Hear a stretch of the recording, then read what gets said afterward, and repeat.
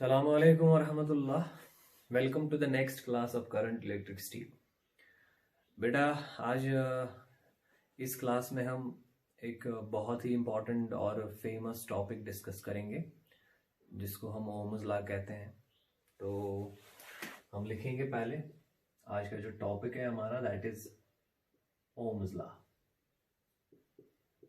ठीक है, शाबाश। तो बेटा पहली बात इस ओम्स लॉ के रिलेटेड, इस ओम्स लॉ के रिगार्डिंग में हम ये कहेंगे कि ये जो ओम्स लॉ है, this is not one of the fundamental और this is not one of the basic laws of physics. This Ohm's law is basically a mathematical relationship between the current and the potential difference। हमारे पास physics में बहुत सारे important laws हैं and those laws are actually fundamental in their own category, like हमारे पास laws of motion है classical mechanics में, हमारे पास laws of thermodynamics है। पर बेटा वो जो laws हैं those are basic और those are fundamental laws, और ये जो law जो आज हम डिस्कस करने जा रहे हैं Ohm's law, this is not that category of law, this is not that kind of, it doesn't have that standard।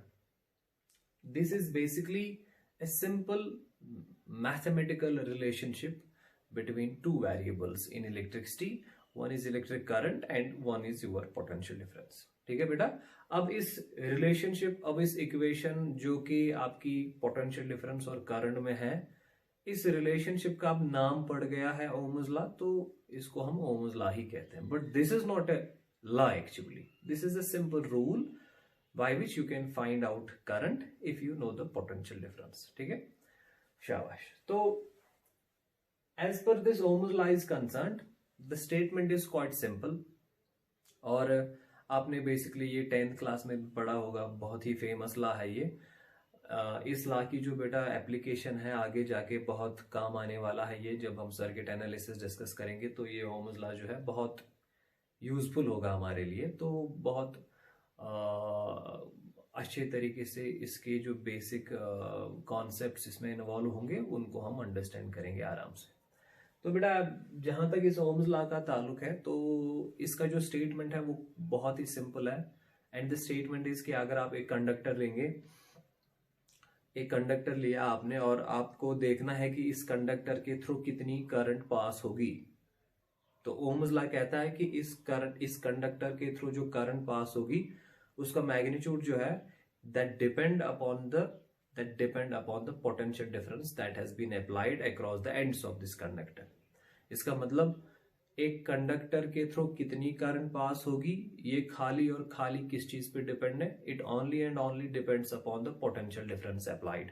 आप कितनी पोटेंशियल डिफरेंस, आप कितनी हाई वोल्टेज बैटरी जो है वो कनेक्ट करेंगे इस कंडक्टर के साथ, provided, this is very important, current is proportional to potential difference. Current जो है it depends upon potential difference, it has a linear relationship with the potential difference, provided the other parameters like temperature of the conductor or the mechanical strain in the conductor, those remain constant। उनको constant रखना है। फिर जाके आप अगर देखेंगे इस current में जो करंट होगी that has a linear relationship with the potential difference that has been applied to this conductor। linear relationship का मतलब है directly proportional, that is if you plot a graph between potential difference and current, the graph will be straight and the graph will be passing through the origin। ठीक है, तो इसको थोड़ा explain करेंगे बेटा। Let us suppose this is a conductor, ये हमने एक कंडक्टर लिया, this is N arbitrary conductor, और अगर आपको याद है मैंने कहा है आपको कि कंडक्टर में जो चार्ज कैरियर्स करंट कंस्टिट्यूट करते हैं दोज आर फ्री इलेक्ट्रॉन्स। ये इस कंडक्टर में बहुत सारे फ्री इलेक्ट्रॉन्स दिखाए हमने, और इस कंडक्टर में करंट कंस्टिट्यूट करने के लिए, करंट का क्या मतलब है, that these free electron should move in a definite direction, these free electron should drift towards a particular end of the conductor, particular terminal of the conductor. उसके लिए हम क्या करते हैं, हम एक बैटरी कनेक्ट करते हैं इस कंडक्टर के साथ। ये हमने बैटरी कनेक्ट की, बैटरी कनेक्ट करने का मतलब है हमने पोटेंशियल डिफरेंस जो है वो अप्लाई कर दिया इसके एंड्स पे। We applied a potential difference across the ends of this conductor।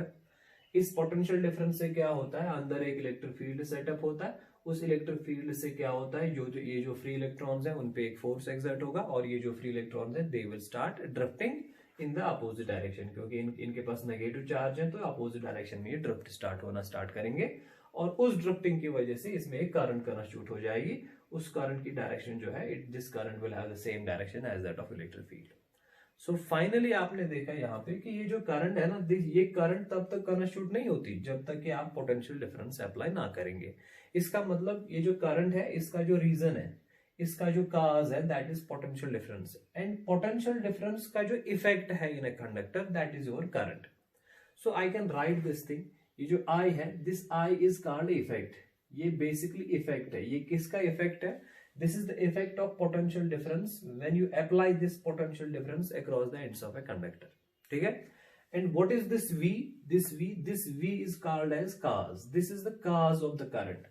जब तक आप पोटेंशियल डिफरेंस अप्लाई ना करेंगे, क्या करंट होगी? नहीं। तो इस करंट के लिए जो काज है ना, रीजन है, that is this potential difference. और इन्हीं दो वेरिएबल्स में, इन्हीं दो पैरामीटर्स में, एक तो करंट, एक potential difference, that is effect और काज के बीच में जो रिलेशनशिप है ना, that relationship is given by this Ohm's law. उसी के लिए आपके पास ओम्स लॉ है। And this is one of the basic rules of science, that cause and effect theory. और हमेशा हम लिखते हैं that effect is always proportional to cause. Effect जो है, it always depends upon the काज। और अगर यही कॉन्सेप्ट, यही रूल हम यहां कंडक्टर में अप्लाई करेंगे, तो इफेक्ट जो है, what is that effect? That is current. This current is proportional to potential difference. बेटा this relationship is known as Ohm's law. इसी रिलेशनशिप को हम ओम्स लॉ कहते हैं, that whenever current passing through a substance is proportional to the potential difference, whenever current has a linear relationship with the potential difference, we call that relationship as the Ohm's law। ठीक है? फिर इसको equation बनाने के लिए हम क्या करते हैं, देखो एक और बात यहाँ पे बताने जा रहा हूं बेटा, कि ये जो लीनियर रिलेशनशिप है ना, this is very important. Linear relationship का मतलब यही है कि जब आप ग्राफ प्लॉट करेंगे ना between current and potential difference, that graph should be straight and that graph should be passing through the origin. This is very very important. तभी जाके आप कह सकते हैं that current is proportional to potential difference, तभी आप कह सकते हैं that Ohm's law is satisfied.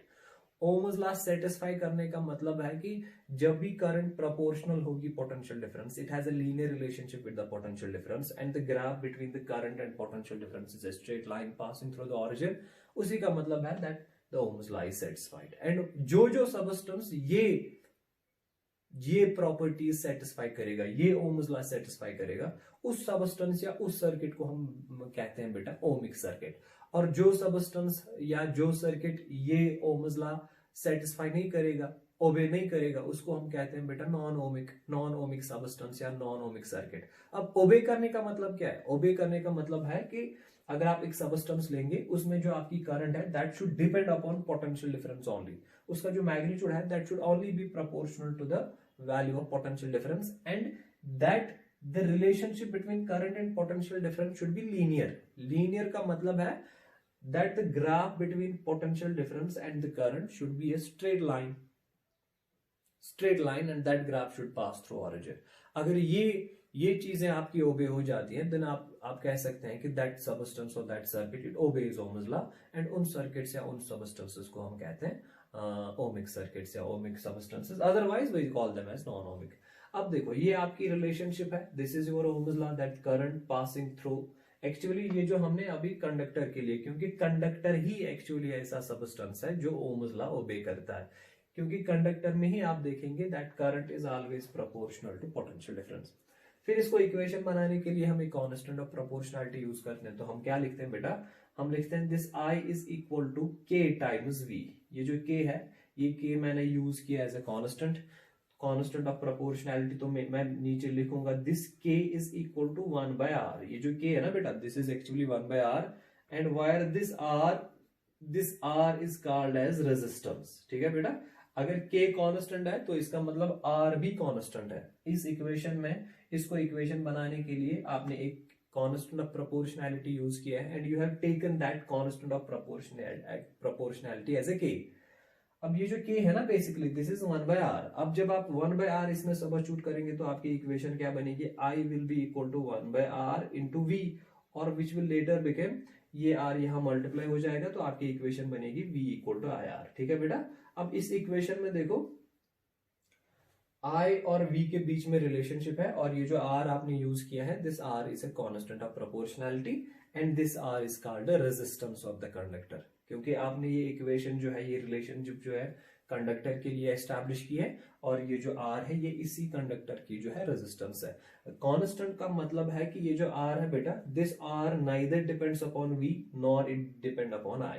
ठीक है, और एक बात इंपॉर्टेंट है कि मैंने यहाँ पे जो है, यहाँ पे मैंने K क्यों यूज किया, मैंने यहाँ पे K इंट्रोड्यूस क्यों किया, मैंने डायरेक्टली R क्यों नहीं किया। एक इंपॉर्टेंट पॉइंट बताने जा रहा हूं मैं बेटा। यूजुअली क्या होता है, यूजुअली यहां मैं दिखाऊंगा, यूजुअली लिखा होता है हर एक टेक्स्ट बुक में या हर एक किताब में that this I is proportional to V, फिर हम क्या करते हैं that V is proportional to I, फिर हम लिखते हैं that V is equal to R times I। इससे हमारा इजी बन जाता है। जो मैंने यहाँ पे किया ना कि मैंने इसको रिवर्स नहीं किया, मैंने I is proportional to V लिखा, फिर मैंने इसको रिवर्स नहीं किया। रिवर्स इसलिए नहीं किया because there is a technical difficulty that I am facing here. क्योंकि बेटा हमेशा याद रखेंगे that effect is always proportional to cause. Effect जो है it depends upon the cause, and cause जो है it never depends upon the effect. Reverse जो है, reverse is not possible always, कि that current is the effect, it depends upon cause. अब अगर आप उल्टा लिखेंगे ना V is proportional to I, तो आप जो है बेसिक कॉन्सेप्ट ही उल्टा करते हो। अब पता नहीं हम बेसिकली इस इक्वेशन को बनाने के लिए हम यहाँ पे उसको उल्टा करते हैं, पर you are technically doing an incorrect thing. So इसलिए मैंने क्या किया बेटा, कभी भी आप ये नहीं कहेंगे that V is proportional to I, हमेशा कहेंगे that I is proportional to V, because आप हमेशा याद रखेंगे effect should be proportional to cause not the reverse. ठीक है, तो इसलिए मैंने इसको रिवर्स नहीं किया। अब रिवर्स हम इसलिए करते हैं ताकि इक्वेशन आपकी जल्दी जल्दी बन जाए। अब जल्दी जल्दी बनाने के चक्कर में आप कॉन्सेप्ट तो उल्टा नहीं कर सकते ना, उसको तो वही रखना पड़ेगा। ठीक है, तो अब वही इक्वेशन अगर आपको चाहिए तो मैंने यहाँ पे R को डायरेक्टली यूज नहीं किया, मैंने एक दूसरा कांस्टेंट यूज किया K। अब ये जो K है this is basically the reciprocal of R। अब फर्क क्या पड़ता है, आपको कांस्टेंट ऑफ प्रोपोर्शनैलिटी चाहिए ना। अब चाहे फिर वो R हो या 1/R हो, यू नीड अ कांस्टेंट जो आपकी इक्वेशन को जो है वो बैलेंस कर दे। तो मैंने यहाँ पे K यूज किया, फिर मैंने कहा ये जो K है this is 1/R where R is the resistance. फिर इस इक्वेशन में मैंने आप वैल्यू सब्स्टिट्यूट करके आपकी जो है इक्वेशन बना दी, and this equation is finally called as an Ohm's law. ठीक है बेटा, तो याद रखेंगे V is proportional to I and I is proportional to V. These are two different things and they are not same. ठीक है, out of these two things only one thing is correct, that is I is proportional to V. Always effect is proportional to cause and not the reverse. ठीक, अब देखो बेटा ये जो equation आपकी बन गई, अब this V equal to IR। हाँ, अब अगर बेटा आप इस इक्वेशन का ग्राफ प्लॉट करेंगे, ये जो V है this is a variable, this I is a variable and this R is a constant. मैं बार बार कह रहा हूं बेटा ये जो R है ना, अगर इस इक्वेशन से R का वैल्यू निकालेंगे ना दैट इज V/I। याद रखेंगे कि हमेशा हम करते हैं जब भी इक्वेशन देखते हैं ना तो हम कहते हैं this is inversely proportional, this is directly proportional. नहीं बेटा, अब देखो ना बेसिक कॉन्सेप्ट क्या है। आपने इस इक्वेशन में आपने R को यूज किया है एज अ कांस्टेंट। अगर आप R को कांस्टेंट कहते हो तो इसका मतलब है it doesn't depend upon V, it doesn't depend upon I। ये जो R है ये कुछ और फैक्टर्स पे डिपेंड करता होगा, पर इस वाली इक्वेशन में ये V और I पे डिपेंड नहीं है। यहां पे आप ये नहीं कह सकते R is inversely proportional to I, R is directly proportional to V। Never, R जो है it is independent of I and V। ये ना तो I पे डिपेंड है ना V पे डिपेंड है, ये कुछ और फैक्टर्स पे डिपेंड है। ये एक कंडक्टर की जो है डायमेंशंस और मटेरियल पे डिपेंड है, इट डजंट डिपेंड आप कितनी पोटेंशियल डिफरेंस अप्लाई करेंगे, आपकी करंट कितनी होगी, वो आपकी रेजिस्टेंस डिसाइड नहीं करती। ये ना ही तो I पे डिपेंड है ना ही ये V पे डिपेंड है। It is actually the ratio of V/I। देखो अगर आप V इंक्रीज करेंगे तो आपकी I भी इंक्रीज होगी तो रेशियो सेम रहेगा, अगर आप V डिक्रीज करेंगे तो आपकी I डिक्रीज होगी तो रेशियो सेम रहेगा। So resistance is a constant. So याद रखो बेटा this resistance does not depend upon V and I for a conductor. उस सबस्टेंस के लिए यही तो इंपॉर्टेंट है बेटा। ये जो इक्वेशन है ना, दिस इक्वेशन, इस इक्वेशन में आपने R को यूज किया है as a constant and it means that R does not depend upon V and I। ठीक है, यही जो सबस्टेंस है ना, मैं अभी कह रहा था कि कुछ सबस्टेंसेस हैं जो ये इक्वेशन, जो ये ओम्स लॉ फॉलो करते हैं, उनको ओमिक सबस्टेंस कहते हैं। उन्हीं ओमिक सबस्टेंसेस के लिए बेटा ये जो आर है ये कांस्टेंट है, क्योंकि ओमिक सबस्टेंसेस किनको कहेंगे, जो ओम्स लॉ सेटिस्फाई करेंगे। और ओम्स लॉ सेटिस्फाई या फॉलो करने का क्या मतलब है? फॉलो करने का मतलब है जहां पे आपकी करंट ये डायरेक्टली प्रोपोर्शनल टू वी पे। Current only depends upon V and current has a linear relationship with V. इसका मतलब है कि करंट जो है it should not depend upon R. Current और आर के बीच में रिलेशन नहीं होनी चाहिए, there should be no relation. R must be a constant और R for those substances should be a constant. याद रखेंगे जो ओमिक सबस्टेंसेस हैं, जो ओम्स लॉ फॉलो करते हैं, जो ये वाली रिलेशनशिप फॉलो करते हैं, उनकी जो रेजिस्टेंस है ना बेटा, वो ना तो आई पे डिपेंड है ना तो वी पे डिपेंड है। उनकी जो रेजिस्टेंस है वो हमेशा कांस्टेंट रहती है। उनकी जो रेजिस्टेंस है वो कुछ और फैक्टर्स पे डिपेंड है जो हम इंशाल्लाह अभी पढ़ेंगे, पर वी और आई पे वो डिपेंड नहीं है। देखो अब अगर यहाँ आर कांस्टेंट है, वी और आई के बीच में आप ग्राफ प्लॉट करेंगे तो ऐसे प्लॉट करेंगे, ये वी लेंगे ये आई लेंगे, ठीक है, तो आपका ग्राफ स्ट्रेट आएगा, क्योंकि this is Y this is X, y versus x graph straight ही आएगा। इस इक्वेशन का यही ग्राफ आएगा। या आप ऐसे भी कर सकते हो बेटा, इसी इक्वेशन यहां से i लेंगे यहां से v, फिर भी आपका ग्राफ स्ट्रेट आएगा, ठीक है। अब जरा मुझे स्लोप बताओ किसके बराबर आएगा। जब भी एक ग्राफ का स्लोप निकालना होता है, अगर आपको याद है मैंने आपको बताया कि आप ये वर्टिकल एक्सिस पे देखो कौन सा पैरामीटर है और हॉरिजॉन्टल एक्सिस पे देखो कौन सा पैरामीटर है, इन दोनों को डिवाइड कर लो, ठीक है। तो यहाँ अगर इस ग्राफ का आप स्लोप निकालेंगे ना बेटा, तो स्लोप किसके बराबर निकलेगा, v डिवाइडेड बाय आई। जरा इस ग्राफ का स्लोप निकालो। हाँ, यहाँ स्लोप निकालेंगे तो स्लोप किसके बराबर निकलेगा बेटा, i डिवाइडेड बाई v, ठीक है। अब यहाँ देखो what is v by I called, v by I is called resistance, v by I is called resistance. इसका मतलब यहाँ पे जो आपका स्लोप है वो किसके बराबर निकलेगा, रेजिस्टेंस। अगर v बाई आई रेजिस्टेंस के बराबर है तो then i by v is inverse of that resistance, तो इसका स्लोप जो है वो आपको रेसिप्रोकल ऑफ द रेजिस्टेंस देगा। बहुत ही इंपॉर्टेंट पॉइंट है बेटा, जब भी आप इस ग्राफ को हम कैरेक्टरिस्टिक भी कहते हैं, this is also called as V I characteristic. V I characteristic का मतलब है graph between V and I. अगर आप देखेंगे ये जो ग्राफ मैंने प्लॉट किया ना बेटा, ये ओमिक सबस्टेंसेस के लिए ग्राफ है, क्योंकि ओमिक सबस्टेंसेस में ही v और i के बीच में जो रिलेशन है that's a linear straight line graph आता है। और अगर आप इस ग्राफ का स्लोप निकालेंगे तो स्लोप किसके बराबर आता है बेटा, r।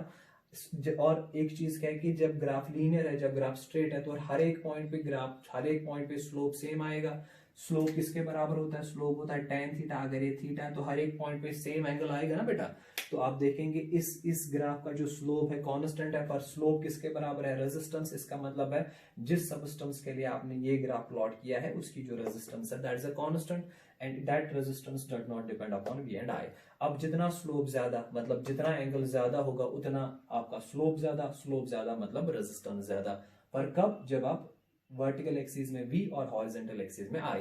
अब अगर यही ग्राफ यहां बनाएंगे तो यहां पे भी आपका जो स्लोप है, स्लोप किसके बराबर होगा, i by v, that slope will give you the inverse of the resistance. यहां आप देखेंगे स्ट्रेट लाइन है तो स्लोप कांस्टेंट है, स्लोप कांस्टेंट है मतलब रेजिस्टेंस कांस्टेंट है। पर एक इंपॉर्टेंट पॉइंट है, यहाँ पे अगर आप स्लोप बढ़ाएंगे, स्लोप बढ़ाने का मतलब है ये एंगल थीटा अगर बढ़ेगा, स्लोप बढ़ेगा, रेजिस्टेंस कम होगी। पर यहाँ पे जो है जब v और i के बीच में ग्राफ है, मोर स्लोप मींस मोर रेजिस्टेंस। जब i और v के बीच में ग्राफ है, मोर स्लोप मतलब जितना ज्यादा एंगल होगा उतनी रेजिस्टेंस जो बेटा कम है। खाली इंपॉर्टेंट पॉइंट यहाँ पे ये है दैट जब भी ओम्स लॉ, जो भी सर्किट ओम्स लॉ फॉलो करता है, ओम्स लॉ उन सबस्टेंसेस या उन सर्किट्स को हम ओमिक सर्किट्स कहते हैं। और उनके लिए जो रिलेशनशिप है between current and potential difference, it is always a linear relationship. current is directly proportional to potential difference, and when you plot a graph between current and potential difference, the slope of that graph is a constant and the slope gives you the resistance. The resistance for those substances is always constant, ठीक है।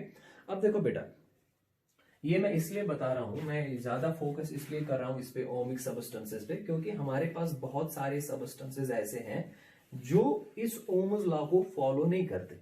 Ohm's law को follow ना करने का मतलब है there is not a linear relationship between current and potential difference. बहुत सारे सबस्टेंसेस आप देखेंगे, जैसे जब हम सेमीकंडक्टर डिवाइसेस पढ़ेंगे वहां पे हम डायोड्स पढ़ेंगे, तो डायोड्स में आप देखेंगे कि ओम्स लॉ की इक्वेशन है ना, this equation we use this equation there, but this equation ये जो इक्वेशन है ये यूज करने का मतलब ये नहीं है कि that substance is following Ohm's law. There is a difference actually. देखो बेटा, कुछ सबस्टेंस आप देखेंगे जिनका आप जब वी आई ग्राफ प्लॉट करेंगे ना, वी आई ग्राफ, मान लो ये वी आई ग्राफ, वो लीनियर नहीं आएगा, कर्व्ड आएगा।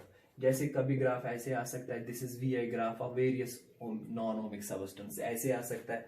कभी आपका वी आई ग्राफ जो है बेटा वो ऐसे आ सकता है। देखो ये तो लीनियर है but this is not passing through the origin. कभी आपका जो वी आई ग्राफ है वो कुछ इस तरह का आएगा, ठीक है बेटा। तो आप देखो ये जो भी सबस्टेंस, जिन भी सबस्टेंसेस का आपने ये वी आई ग्राफ प्लॉट किया है, आप हर एक ग्राफ में देखते हैं that the graph is either not linear, या तो ग्राफ स्ट्रेट नहीं है। अब अगर स्ट्रेट है भी, it is not following, it is not passing through the origin. इसका मतलब है जिन सबस्टेंसेस के आपने ये वी आई ग्राफ प्लॉट किए है ना, these substances are non-ohmic substances। क्यों? because they are not following Ohm's law। Ohm's law follow करने का मतलब ये नहीं है कि ये इक्वेशन सेटिस्फाई होनी चाहिए, नो। Ohm's law follow करने का मतलब है that current should be directly proportional to potential difference, that is the relationship between current and potential difference should be linear। वो important है। देखो Ohm's law follow करने का मतलब है, एक तो ये इक्वेशन फॉलो होनी चाहिए, ये इक्वेशन फॉलो होने का क्या मतलब है, that current should be proportional to I। इसका क्या मतलब है, when you plot a graph between V and I, the graph should be straight। this is what you say that Ohm's law is being followed, ठीक है। पर अगर आप ये वाले ग्राफ्स देखेंगे, यहां पे इक्वेशन यही वैलिड है। मान लो अगर आपको इस पॉइंट पे निकालनी होगी ना, अगर आप इन ग्राफ्स का भी स्लोप निकालेंगे तो what is slope, v by I, v by I, v by I, हर एक पॉइंट पे आप स्लोप जब निकालेंगे तो वो रेजिस्टेंस के बराबर आएगा।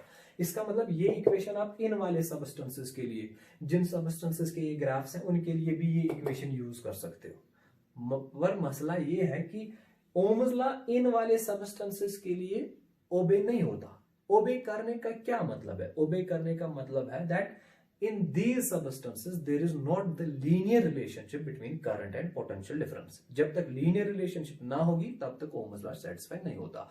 अगर ये इक्वेशन फॉलो होगी भी, even this equation is followed by these substances, this equation is followed by this substance also, मगर इसका ये मतलब नहीं है कि these are also following Ohm's law। this is not the Ohm's law, this is just an equation। Ohm's law is that current should be proportional to potential difference, it should have a linear relationship। linear relationship मतलब the graph between current and potential difference should be straight, it should pass through origin, ठीक है बेटा।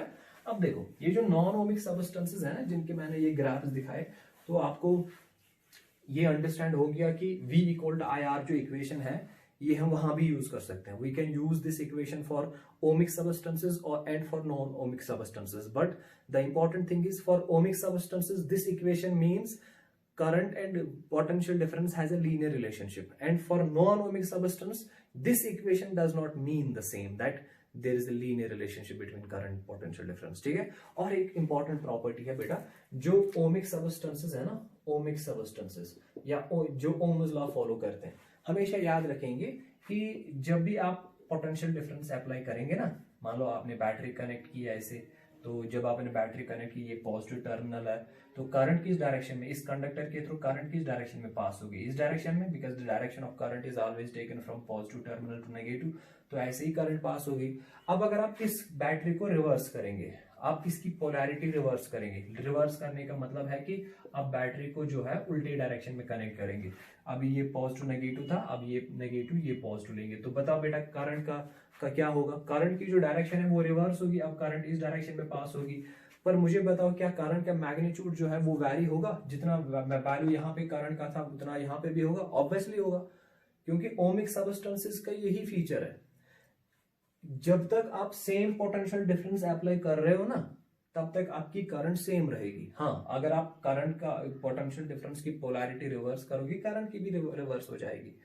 सो दोनों में जो है current is proportional to I, current is proportional to V, यहां भी उतनी ही वी करंट इज सेम, यहां पे भी उतना ही आप पोटेंशियल डिफरेंस अप्लाई करोगे तो करंट सेम होगी, पर खाली डिफरेंस क्या है, डिफरेंस होगी डायरेक्शन ऑफ करंट, ठीक है। पर ये जो है ना, ये वाला रूल, ये बेटा नॉन ओमिक सबस्टेंसेस में फॉलो नहीं होता। नॉन ओमिक सबस्टेंसेस में मतलब मान लो अगर ये नॉन ओमिक सबस्टेंस है, this is not a conductor, this is a non ohmic, आपने बैटरी कनेक्ट कर ली, ठीक है बेटा, तो करंट की जो डायरेक्शन है ना, may be that will be in this direction, ठीक है। अब अगर आप करंट की इस बैटरी की पोलैरिटी रिवर्स करोगे, रिवर्स अगर आप करोगे तो आपने बैटरी को है उल्टी डायरेक्शन में कनेक्ट करना है, तो ऐसे करोगे। तो अभी तक जब आप ऐसे बैटरी कनेक्ट करी थी, हाँ, पोटेंशियल डिफरेंस कितना था V, आपने पॉजिटिव टर्मिनल A के साथ कनेक्ट किया था, नेगेटिव टर्मिनल B के साथ कनेक्ट किया था, तो आपकी करंट कितनी थी I। अब आपने रिवर्स कर लिया, आपने पॉजिटिव टर्मिनल B के साथ कनेक्ट किया है, नेगेटिव टर्मिनल A के साथ कनेक्ट किया है। अगर ये नॉन ओमिक सबस्टेंस है ना बेटा, तो यहाँ पे जो अभी इस केस में करंट आई थी, तो इस केस में आपकी करंट आई नहीं होगी, that will be I dash, it will be a different current. क्योंकि मैंने यही कहा ना कि ये फॉलो करता है Ohm's law. Ohm's law follow करने का मतलब है जब तक पोटेंशियल डिफरेंस सेम है करंट सेम होगी, हाँ। पर अगर ये रिलेशनशिप स्टैंड नहीं होती, जैसे यहाँ पे अगर यहाँ V है, करंट I है, अब अगर इसी में आपने पोलैरिटी रिवर्स कर ली, पोलैरिटी रिवर्स करने से ज्यादा से ज्यादा क्या होना चाहिए, आपकी करंट रिवर्स होनी चाहिए। पर यहाँ पे मैग्नीट्यूड पे भी इफेक्ट पड़ता है, मैग्नीट्यूड या तो बहुत कम होगा या तो बहुत ज्यादा होगा। इसका मतलब है कि ये जो सबस्टेंस है it does not follow Ohm's law, क्योंकि if you have the same potential difference the current in this must also be same, but that's different, although direction is reverse but magnitude of current is different। तो आप ये कह सकते हैं ना that this current is not linearly proportional to I, क्योंकि अगर आपकी करंट ज्यादा बढ़ रही है या ज्यादा कम हो रही है तो इसका मतलब करंट और पोटेंशियल डिफरेंस के बीच में रिलेशनशिप लीनियर नहीं है। सो इसका मतलब है दे सबस्टेंस जो है it does not follow Ohm's law, ठीक है बेटा। सो ये कुछ इंपॉर्टेंट पॉइंट्स है जो आप याद रखेंगे कि मैंने कहा बेटा ओम्स लॉ जो है it is basically a simple and categoric relationship between current and potential difference।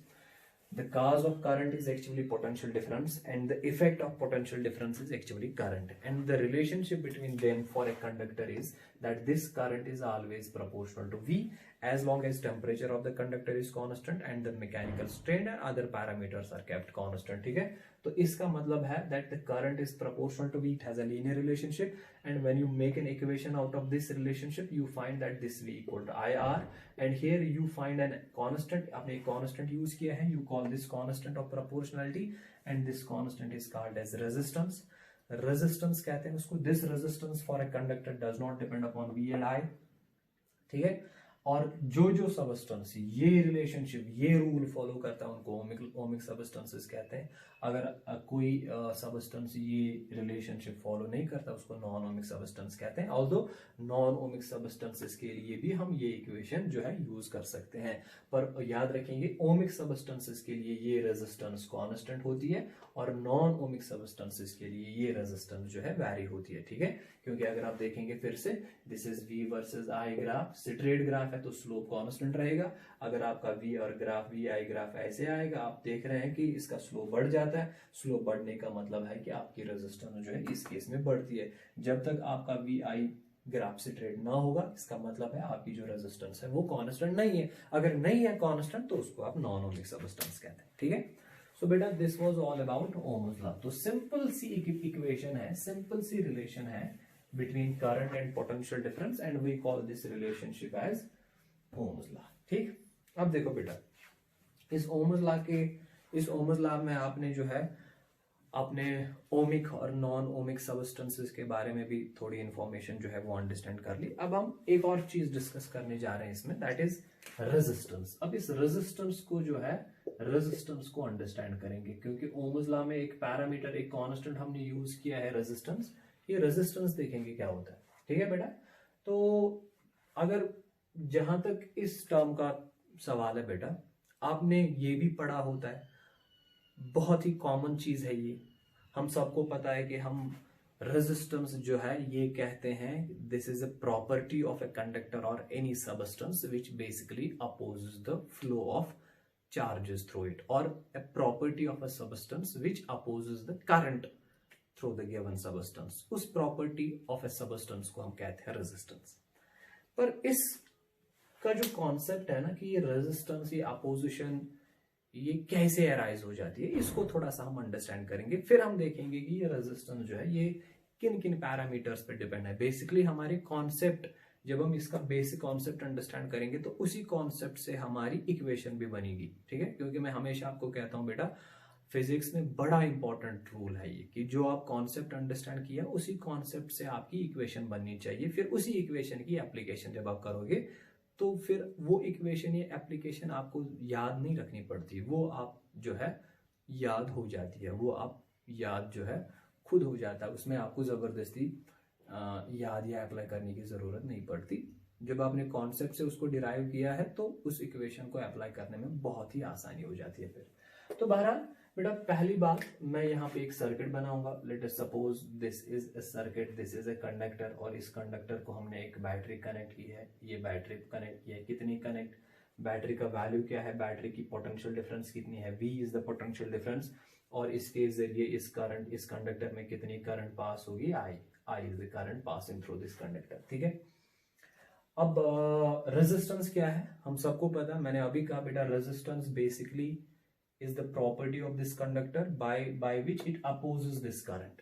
इस कंडक्टर की एक इनहेरेंट टेंडेंसी है, एक प्रॉपर्टी है, एक अपनी एक प्रॉपर्टी है कि ये इस करंट को अपोज करता है। करंट को अपोज करने का क्या मतलब है, करंट को अपोज करने का मतलब है कि इस कंडक्टर के थ्रू जो चार्ज कैरियर्स मूव कर रहे हैं ना, फ्री इलेक्ट्रॉन जो ड्रिफ्ट हो रहे हैं, उनकी जो ड्रिफ्टिंग है, उस ड्रिफ्टिंग में अपोजिशन आ जाती है। ये कंडक्टर जो है ये उस इलेक्ट्रॉनिक मोशन को अपोज करता है, और उस अपोजिशन को, जो इसकी अपनी एक इंपॉर्टेंट प्रॉपर्टी है, उसको हम कहते हैं कि इट हैज अ रेजिस्टेंस। ये उसी प्रॉपर्टी ऑफ कंडक्टर को हम कहते हैं resistance. So resistance is basically the property of a conductor by which it opposes the flow of charges through it, or simply by virtue of which it opposes the current passing through it। अब ये resistance basically कैसे arise हो जाती है, तो इसके लिए वही कॉन्सेप्ट जो मैंने आपको ड्रिफ्ट वेलोसिटी में सिखाया है, वही कॉन्सेप्ट यूज होगा। तो बेटा इसके लिए हम क्या करेंगे, ये अंदर से हम फ्री इलेक्ट्रॉन्स बनाएंगे। ठीक है, और आपको मैं वही कॉन्सेप्ट याद दिलाऊंगा। बताओ बेटा, जब पोटेंशियल डिफरेंस अप्लाई करते हैं तो इस पोटेंशियल डिफरेंस से बेसिकली क्या होता है, एक इलेक्ट्रिक फील्ड सेटअप हो जाता है। शाबाश, इलेक्ट्रिक फील्ड जब सेटअप हुआ उससे क्या हो जाता है, इन फ्री इलेक्ट्रॉन्स पे फोर्स एग्जर्ट हो जाता है। फोर्स जब एग्जर्ट होगा, ऑलरेडी ये थर्मल मोशन में थे, पर जब फोर्स एग्जर्ट हो जाता है ना, तो ये जो थर्मल मोशन इनकी है ये थोड़ी डेफिनेट बन जाती है। These electrons they start drifting, although they are still moving randomly, but अब फोर्स की वजह से इनकी जो रैंडम मोशन है ये थोड़ी डेफिनेट बन जाती है, ये थोड़ा थोड़ा आगे बढ़ना स्टार्ट करते हैं। तो उसी आगे बढ़ने की वेलोसिटी को हमने ड्रिफ्ट वेलोसिटी कहा था, और उसी ड्रिफ्ट वेलोसिटी से जो है आपकी करंट कंस्टिट्यूट होती है। और मैंने एक इंपॉर्टेंट पॉइंट आपको वहां पे बताया था बेटा, जब ये ड्रिफ्ट होते हैं ना इलेक्ट्रॉन्स, तो ड्रिफ्ट होने के जब ये आगे बढ़ते हैं या थर्मल वेलोसिटी की वजह से इस कंडक्टर में बहुत सारे कोलिजन्स होते रहते हैं, बहुत सारे कोलिजन्स होते रहते हैं, क्योंकि इस कंडक्टर में बहुत सारे एटम्स होंगे, आयन्स होंगे। ये इलेक्ट्रॉन्स तो उन्हीं से निकले हैं। तो जब ये इलेक्ट्रॉन्स आगे बढ़ते हैं या रैंडमली मूव कर रहे होते हैं, तो क्या होता है कि इनके बहुत सारे कोलिजन्स होते हैं उन्हीं एटम्स और आयन्स के साथ। और कोलिजन से क्या होता है बेटा, कोलिजन से मोशन रिटार्ड होती है, कोलिजन से मोशन की अपोजिशन होती है। देखो, जब आपने पोटेंशियल डिफरेंस अप्लाई कर दी, तो मान लो हमने एक इलेक्ट्रॉन यहाँ पे लिया, ये इलेक्ट्रॉन, इस इलेक्ट्रॉन पे फोर्स एक्सर्ट हो जाएगा, इट विल स्टार्ट मूविंग। अगर ये नेगेटिव टर्मिनल है, ये पॉजिटिव टर्मिनल है, तो ये इलेक्ट्रॉन जो है ये पॉजिटिव टर्मिनल की तरफ जो है ड्रिफ्ट करना स्टार्ट करेगा। पर आपको याद होगा, जब ये ड्रिफ्ट करना स्टार्ट करेगा ना, मैंने आपको कहा कि अंदर पाथ तो स्ट्रेट है नहीं कि ये स्ट्रेट जाएगा, आगे इसको जो है बहुत सारे कोलिजन्स को पार करके ही आगे जाना पड़ेगा। अब कोलिजन से क्या होगा, जब इस पे फोर्स एक्सर्ट होगा ना, तो इसकी वेलोसिटी बढ़ना स्टार्ट होगी, क्योंकि एक्सेलरेट होगा। जब इसकी वेलोसिटी बढ़ना स्टार्ट होगी तो आगे कोलिजन होगा। जब आगे कोलिजन होगा तो इसका मतलब इसकी वेलोसिटी कम होगी। वेलोसिटी कम हुई तो इसका मतलब इसकी जो मोशन है उसकी अपोजिशन हुई ना। इसकी मोशन की अपोजिशन कैसे हुई, इसी कोलिजन की वजह से। फिर से ये पोटेंशियल डिफरेंस की वजह से फिर से फोर्स एक्सर्ट होगा, फिर से ये आगे बढ़ना स्टार्ट करेगा, फिर से इसकी मोशन बढ़ेगी, फिर से कोलिजन होगा। तो बेटा ये जो कोलिजन है ना, अगर आप अंडरस्टैंड करोगे, यही कोलिजन बेसिकली इसकी अपोजिशन बन जाती है। इन्हीं कोलिजन्स की वजह से इसकी मोशन में अपोजिशन पैदा हो जाती है, और यही कोलिजन जो है, यही कोलिजन बेसिकली कहलाती है आपकी रेजिस्टेंस। क्योंकि रेजिस्टेंस कैसे आ जाती है, रेजिस्टेंस आ जाती है कोलिजन्स की वजह से। अब आप अंदाजा लगाओ, अगर कोलिजन्स ना होते तो जब इन इलेक्ट्रॉन पे फोर्स एक्सर्ट होता तो ये सारे एकदम से ड्रिफ्ट होते, सारे एकदम से एक एंड से दूसरे एंड शिफ्ट होते, without any collision, without any resistance, क्योंकि इनकी मोशन में अपोजिशन होता ही नहीं। अब जब ये मूव करना स्टार्ट करते हैं तो अपोजिशन कैसे होती है इनकी? अपोजिशन इसी कोलिजन की वजह से होती है। जितने ज्यादा कोलिजन्स उतनी ज्यादा अपोजिशन, और जितनी ज्यादा अपोजिशन उतनी ज्यादा रेजिस्टेंस। तो बेटा technically resistance basically arises because of the multiple collisions that are taking place inside the conductor by these free electrons with the atoms and ions of the conductor. जितने ज्यादा collisions होंगे उसी collision की वजह से आपकी रेजिस्टेंस जो है ये आ जाती है, ये अकाउंट में आ जाती है। तो रेजिस्टेंस जो है this is basically it arises basically because of the collisions. अब जितने ज्यादा कोलिजन्स उतने ज्यादा आपकी रेजिस्टेंस, क्योंकि उतनी आपकी अपोजिशन। क्योंकि अब अगर आराम से अगर इलेक्ट्रॉन्स एक जगह से दूसरी जगह मूव करते ना विदाउट एनी कोलिजन, तो there was no opposition, so there was technically no resistance. So याद रखेंगे बेटा, resistance basically collisions, resistance arises basically because of collisions. ठीक है, अब आप मुझे खुद बताएंगे। देखो बेटा, ये जो रेजिस्टेंस है ना, ये किन किन पैरामीटर्स पे डिपेंड है। देखो बेटा, अगर इलेक्ट्रॉन को यहां से यहां जाना है, यहां से यहां जाना है, तो रेजिस्टेंस जो है, what is resistance? Basically collisions, क्योंकि कोलिजन से ही रेजिस्टेंस क्रिएट होती है। अब बताओ, जितने कोलिजन होंगे उतने अपोजिशन ज्यादा होगी। बताओ बेटा, नंबर 1, ये जो रेजिस्टेंस है कब ज्यादा होगी? ऑब्वियस सी बात है कि जितनी ज्यादा लेंथ इस इलेक्ट्रॉन को ट्रैवल करनी पड़ेगी, जितना ज्यादा दूर जाना पड़ेगा, उतनी ज्यादा रेजिस्टेंस होगी। क्यों? क्योंकि उतने ज्यादा कोलिजन्स फेस करने पड़ेंगे, उतनी इसकी मोशन की अपोजिशन ज्यादा होगी। इसीलिए हम कहते हैं बेटा, this resistance is directly proportional to length of a conductor. ये जो रेजिस्टेंस है, it is directly proportional to length, क्योंकि कॉमन सेंस है बेटा। मैंने कहा ना, इक्वेशन आपके कॉन्सेप्ट में से डिराइव होनी चाहिए।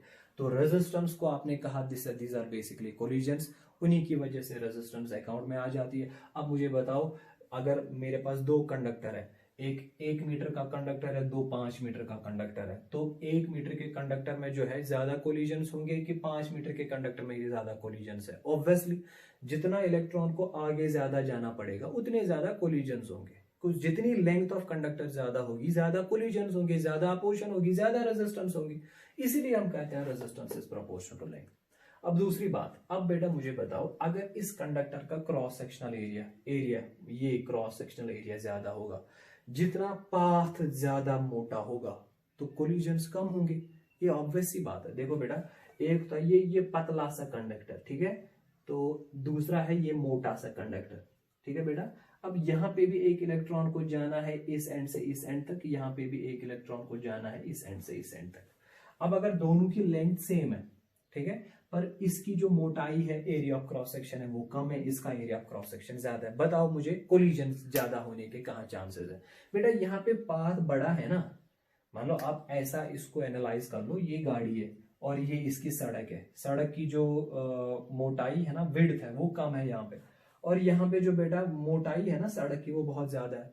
तो जब ये गाड़ी चलेगी, जब ये इलेक्ट्रॉन चलेगा, तो यहाँ पे कम चांसेस है ना दूसरी गाड़ियों के साथ या बाकी चीजों के साथ कोलाइड, सॉरी यहाँ पे ज्यादा चांसेस है, क्योंकि पाथ जो है वो बहुत ही पतला है, यहाँ पे विड्थ जो है वो कम है, तो यहाँ पे ज्यादा चांसेस है कोलिजन हो जाने की। और यहाँ पे पाथ जो है वो बहुत बड़ा है, एरिया ऑफ क्रॉस सेक्शन ज्यादा है, तो यहाँ पे चांसेस जो है कोलिजन होने के चांसेस जो है वो कम है। ये ऑब्वियस सी बात है बेटा।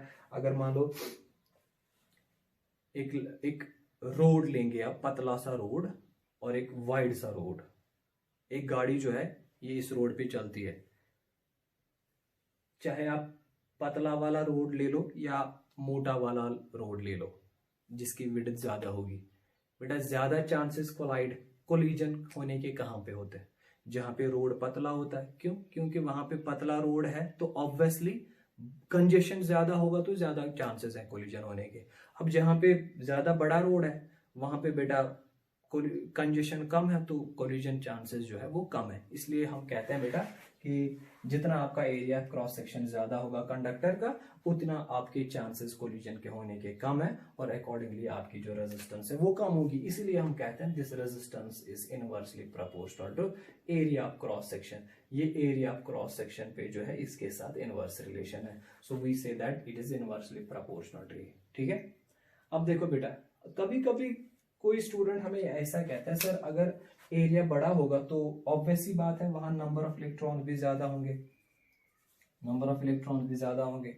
यहाँ पे एरिया कम था, यहाँ पे नंबर ऑफ इलेक्ट्रॉन्स कम है, तो लगता है ऐसे कि जैसे यहाँ जितने यहाँ चांसेस है कोलिजन होने के, उतने चांसेस यहाँ पे भी है, क्योंकि बड़ा एरिया होगा तो ज़्यादा ऑब्वियसली ज़्यादा इलेक्ट्रॉन्स प्रेजेंट होंगे, छोटा एरिया होगा तो कम इलेक्ट्रॉन्स प्रेजेंट होंगे, तो यहाँ कम कोलिजन्स होंगे, यहाँ पे ज़्यादा कोलिजन्स होंगे। ठीक है बेटा, तो कभी कभी हमको ऐसा भी लगता है, पर इसके लिए इंपॉर्टेंट है बेटा कि जब हम कहते हैं ना this resistance is inversely proportional to area of cross section, एक इंपॉर्टेंट पॉइंट हमेशा याद रखनी चाहिए जो मैं आपको यहाँ पे सिखाता हूँ। मान लो अगर आपकी कोई भी इक्वेशन है ना, for example a is equal to X Y divided by z, याद रखो बेटा, this is very important point. मान लो मैंने आपको एक जनरल सी इक्वेशन दे दी that a is equal to X Y divided by z। अब फिर आप क्या कहते हो, हम कहते हैं this a is proportional to directly proportional to x, a is directly proportional to y, a is inversely proportional to z। ठीक है बेटा, technically this is an incorrect statement. देखो हमेशा याद रखना चाहिए, जब भी आपको दो वेरिएबल्स के बीच में रिलेशन दिखानी है ना, आपको जो बाकी पैरामीटर्स उस इक्वेशन में आते हैं ना, उनको कांस्टेंट लेना पड़ता है। मतलब इक्वेशन आप रिलेशनशिप तब दिखाते हो जब बाकी पैरामीटर्स आपके कांस्टेंट है। इसका मतलब है अगर आप कहोगे ना a is directly proportional to x, ये तब पॉसिबल है जब आपने y और z को कांस्टेंट लिया होगा, जब y और z कांस्टेंट है। इसी तरह अगर वो कहते हो ना a is directly proportional to y, ये आप तब कह सकते हो जब आपने x और z को कांस्टेंट लिया है। सिमिलरली अगर आप कहोगे ना a is inversely proportional to z, तब ये कहना आप लोग जब x और y कांस्टेंट है। क्योंकि कभी क्या हो सकता है, मे बी अगर आप सारे वैरी होंगे, ये इंक्रीज हुआ, अगर इसके इंक्रीज होने से ये डिक्रीज हुआ तो इस पे कोई फर्क नहीं पड़ेगा। तो आप वहां ये नहीं कह सकते ना कि a is directly proportional to x। Understand हो रहा है मैं क्या बता रहा हूं? मान लो जब मैं कह रहा हूं ना a is proportional to x, so there is a condition that this y and z must be constant. जब आप दो वेरिएबल्स के बीच में रिलेशन दिखाते हो ना, तो बाकी जो पैरामीटर्स उस इक्वेशन में है वो कांस्टेंट होने चाहिए। तब तक आप ये नहीं कह सकते, अगर आप डायरेक्टली ये नहीं कह सकते a is proportional to x, a is proportional to y, जब तक आप इनको कांस्टेंट ना रखे। a और z में रिलेशन दिखानी है तो इनको कांस्टेंट रखो पहले, फिर देखो क्या रिलेशन आती है। क्योंकि बेटा मान लो मैं जो अभी एग्जांपल दी, कभी x आपने इंक्रीज किया तो आपको लगता है a भी इंक्रीज होना चाहिए।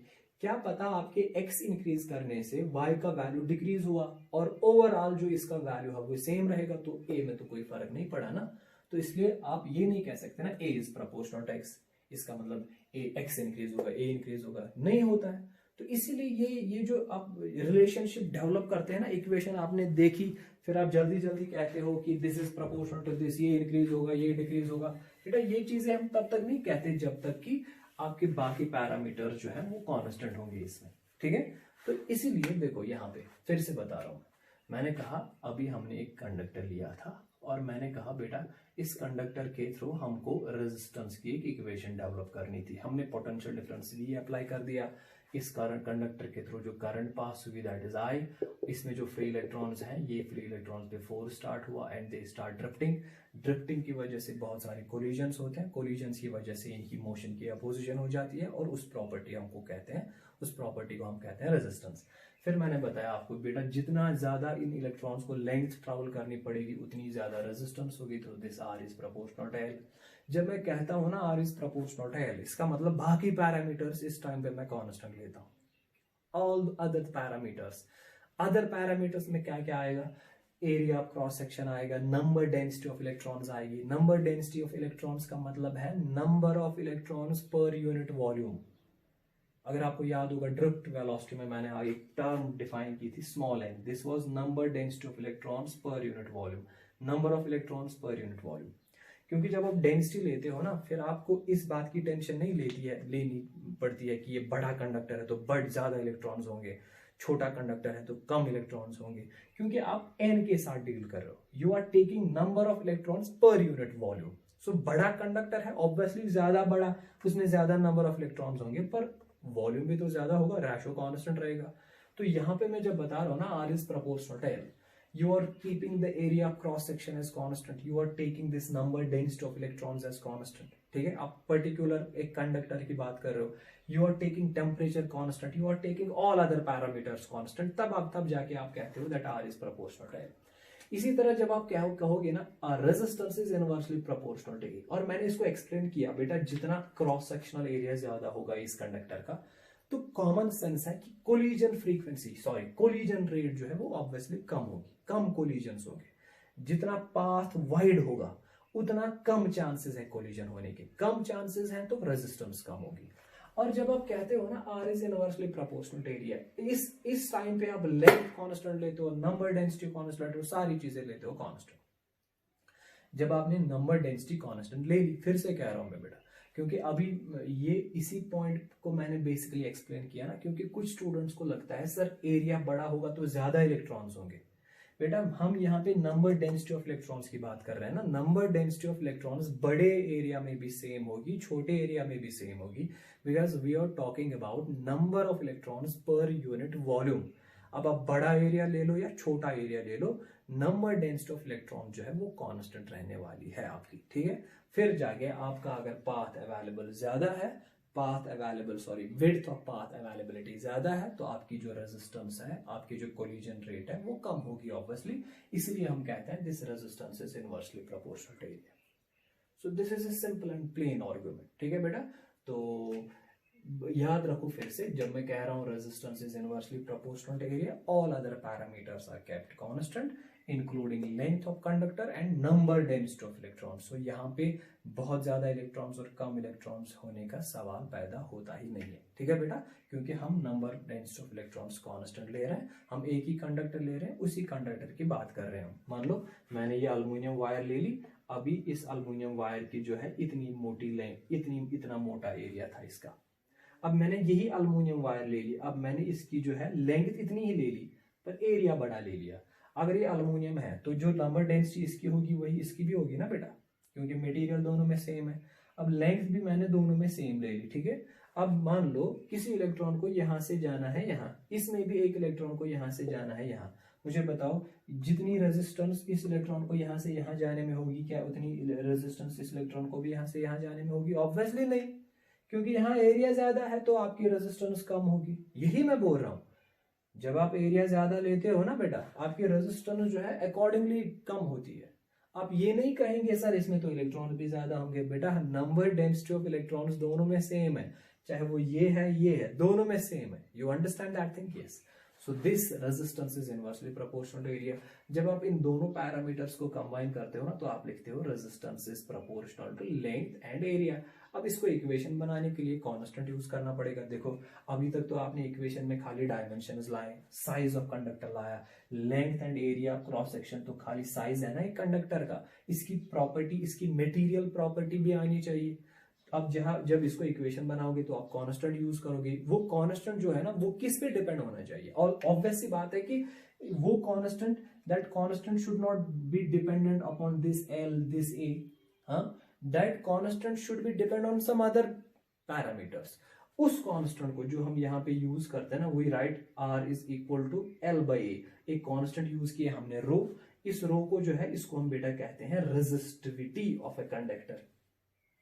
अब ये जो रेजिस्टिविटी है बेटा, क्या ये आपने इस इक्वेशन में ये रेजिस्टिविटी कांस्टेंट यूज की? याद रखो जब भी आप किसी इक्वेशन में कोई कांस्टेंट ऑफ प्रोपोर्शनैलिटी इंट्रोड्यूस करते हो, वो कांस्टेंट प्रोपोर्शनैलिटी फिर उन पैरामीटर्स पे जो उस इक्वेशन में इन्वॉल्व होते हैं उन पे डिपेंड नहीं होता है, वो किसी और चीज पे डिपेंड होगा, पर इन वाले पैरामीटर, मानो ये रेजिस्टिविटी ना तो लेंथ पे डिपेंड है, ना एरिया पे डिपेंड है, ना रेजिस्टेंस पे डिपेंड है। याद रखो, ठीक है। अब ये रेजिस्टिविटी किस चीज पे डिपेंड है बेटा? ये रेजिस्टिविटी डिपेंड है आपका मटेरियल कौन सा है, जो आपने मटेरियल लिया है। क्योंकि मान लो अभी तक आपने कहा, मैं यहाँ पे लेता हूं एग्जाम्पल एक, मान लो बेटा ये कॉपर की वायर है और फिर मैंने ले ली अल्युमिनियम की वायर, ठीक है बेटा। मुझे बताओ अगर इसका भी एरिया ए है, इसका भी एरिया ए है, इसकी भी लेंथ एल है, इसकी भी लेंथ एल है, क्या दोनों की रेजिस्टेंस सेम है?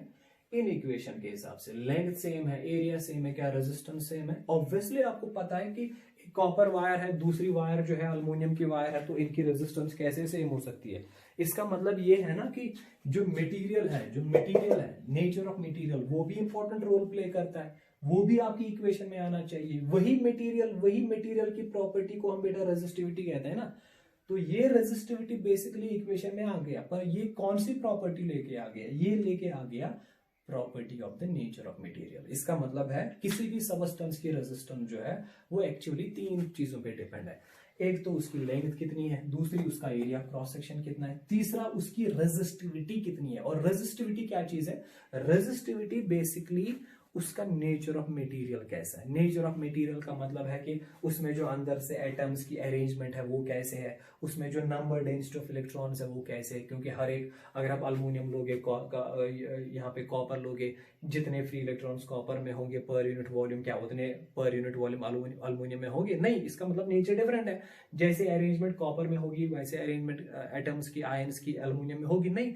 इन्हीं प्रॉपर्टीज को कौन डेमोन्स्ट्रेट करता है? यही resistivity. So this resistivity basically describes the nature of material. Different material different resistivity. Copper की अपनी रेजिस्टिविटी होगी, अल्युमिनियम की अपनी रेजिस्टिविटी होगी, आयरन की अपनी रेजिस्टिविटी होगी। जिसकी जितनी रेजिस्टिविटी ज्यादा होगी उसकी रेजिस्टेंस उतनी ज्यादा होगी। तो फाइनली बेटा आपकी जो इक्वेशन है वो बन के आ गई। और ये भी आपको समझ में आ गया कि अब रेजिस्टेंस जो है असली ओम्स लॉ जब आपने पढ़ा था V equal to I R, तो R किसके बराबर निकला था बेटा? V by I। ठीक है, मैंने आपको बताया था बेटा R ना तो V पे डिपेंड है ना I पे डिपेंड है। ठीक है, R is equal to the ratio of potential difference and current passing through a conductor. It does not depend upon V and I। ठीक है, पर अगर आप इस R का यूनिट निकालेंगे ना बेटा, वो इसी इक्वेशन से निकाल सकेंगे आप। R का यूनिट क्या आएगा? V का यूनिट क्या आएगा बेटा? वोल्ट। करंट का यूनिट क्या आएगा? एम्पियर। वोल्ट पर एम्पियर को हम फिजिक्स में कहते हैं ohm. We call this as ohm. So what is the SI unit of resistance? That is ohm. And what is ohm actually equal to? This ohm is equal to volt per metre. इसका मतलब है अगर आप conductor लेंगे, उस conductor को अगर आप 1 वोल्ट की पोटेंशियल डिफरेंस अप्लाई करेंगे और अगर उस कंडक्टर के थ्रू 1 एम्पियर की करंट पास हो गई, अगर V होगा 1 वोल्ट पोटेंशियल डिफरेंस, अगर I होगा 1, एक करंट एम्पियर उसके थ्रू पास होगी, तो उसकी रेजिस्टेंस का वैल्यू 1/1 आएगा ना। तो कितना? 1 ओम। तो एक कंडक्टर की रेजिस्टेंस 1 ओम कब होती है? जब आप उसको 1 वोल्ट की पोटेंशियल डिफरेंस अप्लाई करेंगे और उसके थ्रू जो है 1 एम्पियर की करंट पास होगी। तो इससे बेसिकली हमको एक आइडिया आ जाता है कि 1 ओम कितना होता है। तो यूनिट इससे आ जाता है और इसका जो है थोड़ा सा हल्का सा आइडिया आ जाता है कि कितना मैग्नीट्यूड होता है इस ओम का। अब दूसरी बात, मैंने कहा ये R, V और I पे डिपेंड नहीं है, फिर किस पे डिपेंड है? ये यहाँ पे हमने इसकी इक्वेशन डेवलप की। रेजिस्टेंस की फॉर्मूला क्या बेटा? रो, रेजिस्टिविटी, लेंथ एंड एरिया। ये है बेटा इसकी फॉर्मूला। तो resistance of any substance, resistance हम सबस्टेंस की डिटरमाइन करते हैं, रेजिस्टिविटी होती है मटेरियल की। याद रखो बेटा, कॉन्सेप्चुअली दोनों सेम है। आप कहते हो resistance is the property of a substance, while as resistivity is the property of a material. It's very important. Resistance depends upon dimensions. Dimension में क्या क्या आएगा? Length and area, and it depends upon the nature of material of the substance. While as resistivity only depends upon the nature of material of the substance. Sorry, substance नहीं, material. Nature of material of the substance. ठीक है बेटा? तो resistance एक substance की होती है और रेजिस्टिविटी जो है ये मटेरियल की होती है। तो यूनिट तो दोनों का सेम नहीं आएगा। अब अगर इसका यूनिट ओम है बेटा, जरा रेजिस्टिविटी का यूनिट निकालो। सो दिस इज ओम। हाँ, एरिया का यूनिट मीटर स्क्वायर, तो यह मल्टीप्लाई हो जाएगा। लेंथ का यूनिट मीटर, तो मल्टीप्लाई हो जाएगा, डिवाइड हो जाएगा। तो रेजिस्टिविटी का यूनिट आ जाएगा 1 मीटर कैंसिल होगा तो ओम मीटर। तो रेजिस्टिविटी का जो यूनिट है वो आपका बन जाएगा ohm metre. This is very important. Ohm metre is the SI unit of resistivity. तो अब आपने देखा बेटा रेजिस्टेंस की फॉर्मूला भी देखी आपने और ओम्स लॉ की जो इक्वेशन है उसको भी अंडरस्टैंड कर लिया। तो फाइनली आपने याद रखा that resistance of any conductor और any substance is equal to resistivity of that substance, length of that substance and area of cross section of that substance. ठीक है बेटा, इसको थोड़ा और एक्सप्लेन करूंगा मैं आगे जाके। और पहले हम क्या करेंगे बेटा, ये जो रेजिस्टिविटी है ना बेटा, इस रेजिस्टेंस को थोड़ा और एक्सप्लोर करेंगे। इस रेजिस्टेंस को एक्सप्लोर करने से पहले एक इंपॉर्टेंट चीज मैं फिर से बताना जा रहा हूं यहाँ पे, that this length and area बहुत कंफ्यूजन हो जाता है बेटा आगे जाके कि हम लेंथ कौन सी लें, एरिया कौन सा लें। देखो फॉर एग्जांपल अगर हमारे पास ये कंडक्टर है तो ऑब्वियस सी बात है, अगर आपने बैटरी कनेक्ट कर ली है ऐसे, बड़ा इंपॉर्टेंट पॉइंट है बेटा, आगे जाके न्यूमेरिकल प्रॉब्लम्स में बहुत काम आएगा। ठीक है बेटा, पोटेंशियल डिफरेंस कहां से कहां कनेक्ट हुई है, मान लो ये ए है ये बी है, तो पोटेंशियल डिफरेंस इस एंड से इस एंड तक कनेक्टेड है। तो इलेक्ट्रॉन जब मूव करेगा किस डायरेक्शन में मूव करेगा, इस डायरेक्शन में, जो मैंने डॉटेड लाइन दिखाई इसी डायरेक्शन में मूव करेगा ना बेटा। जिस डायरेक्शन में इलेक्ट्रॉनिक मूवमेंट होगी ना, जिस डायरेक्शन में ये ड्रिफ्ट होगा उसी डायरेक्शन में हम लेंथ लेते हैं। इसका मतलब लेंथ आपकी आ जाएगी यहां से लेके यहां तक। एरिया ऑफ क्रॉस सेक्शन कौन लोगे आप, एरिया ऑफ क्रॉस सेक्शन हमेशा इस लेंथ को जो है वो परपेंडिकुलर होता है। इसका मतलब लेंथ अगर ये है तो एरिया ऑफ क्रॉस सेक्शन ये आएगा। ठीक है, अब देखो ये मैं क्यों बता रहा हूं, क्योंकि अगर मैं यही कंडक्टर लेता हूं, दिस इज योर कंडक्टर, ठीक है। अब इस कंडक्टर को अगर मैं ऐसे बैटरी कनेक्ट करता हूं, ऐसे कनेक्ट की, ये पॉजिटिव टर्मिनल ये नेगेटिव टर्मिनल, ये बैटरी, जरा मुझे बताओ बेटा पोटेंशियल डिफरेंस किन दो पॉइंट्स के बीच में कनेक्टेड है। यहां से ये पॉइंट ए है और यहां से ये पॉइंट बी है, तो यहां से यहां पोटेंशियल डिफरेंस कनेक्टेड है। जरा मुझे बताओ इलेक्ट्रॉनिक मोशन किस डायरेक्शन में होगी, अभी बेटा वो इस डायरेक्शन में होगी ना ऐसे। तो इसका मतलब आपकी जो लेंथ है ना बेटा, लेंथ आपकी ये आएगी इस टाइम पे, ये आपकी लेंथ, और एरिया ऑफ क्रॉस सेक्शन आपका ये सारा आएगा, ये आपका एरिया ऑफ क्रॉस सेक्शन आएगा। This very important, length and area of cross section are always perpendicular and length is decided by the movement or by the points between which potential difference has been established. For example, यहां देखो, मान लो बेटा ये मैं एक cube लेता हूं, this is a cube, understand कर लो इसको बेटा, वेरी इंपॉर्टेंट। सपोज इसकी लेंथ L है, ब्रेड्थ B है और हाइट H है।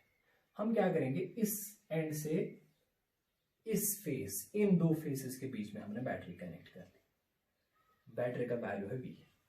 मुझे यहां पे बताओ रेजिस्टेंस का वैल्यू क्या आएगा, रेजिस्टेंस का क्या वैल्यू आएगा। एक और मान लो इस मटेरियल की जो रेजिस्टिविटी है वो रो है। अब यही एग्जांपल मैं फिर से बनाने जा रहा हूं, यही क्यूब है, सेम डायमेंशंस है, सेम मटेरियल है बेटा, इसकी रेजिस्टिविटी भी रो है।